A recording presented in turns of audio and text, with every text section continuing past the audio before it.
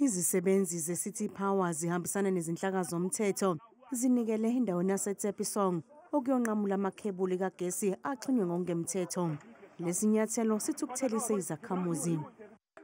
Nabantu bebona laba bathatha intambo zami.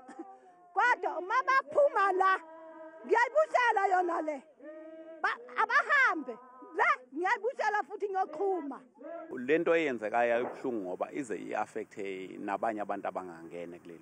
Abangenanyoka abangenankinga. Njengoba ugesi ucimile monga ibheya yonke le area la inagesi ngenxa yokuthi kuneyinyoka ngapha. Manje i-fault sibeka kuyinyoka kodwa asibheki ukuthi uCity Power akabafakele labantu baneminyaka behleli la. I-City Power ikhala ngokuthi abantu abaningi bakule ndawo bawukhokhela ugesi nokufaka ingcindezi ohlelweni lwayo lokuhlinzeka ngogesi kuzakhamuzi zaseGoli.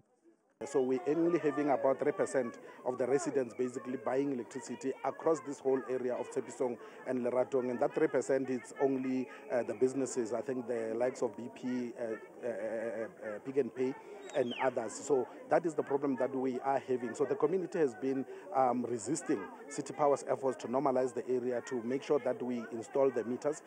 Le nkampani ithi sichithe imali eningi ukugcina ingqalasizinda isebenza eTsepisong.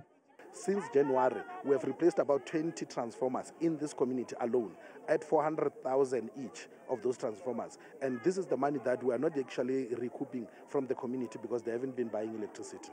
Umangena uthi kulezi nyanga ezedlule sekuboshwe abantu abaningi mayelana nokuxhunywa kukagesi ngokungemthetho okubalwa kubo nezisebenzi ze-City Power.